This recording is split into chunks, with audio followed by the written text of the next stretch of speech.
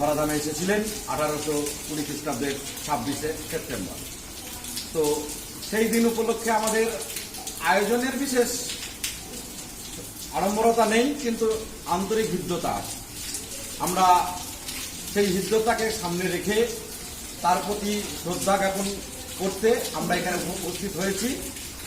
আর তার মতো মানুষকে শ্রদ্ধা জ্ঞাপন করলে আমাদের মনের মধ্যে আমরা যে প্রশস্তি লাভ করি, আমরা যে শান্তি পাই, সেটা বলার অপেক্ষা রাখে না।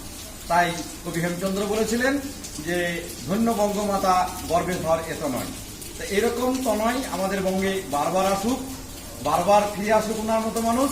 তাই ওনাকে আমরা শ্রদ্ধা জ্ঞাপন করবো। এখন এই মুহূর্তে বেশি কথা না বলে আমি আমাদের সিনিয়র মোস্ট সুমিতাকে ডাকছি প্রতিকৃতিতে মাল্যদান করার জন্য। পুষ্পার্ঘ দেবে। হ্যাঁ, পুষ্পার্ঘ সবাই মাল্যদান, আপনি মাল্যদানটা করুন।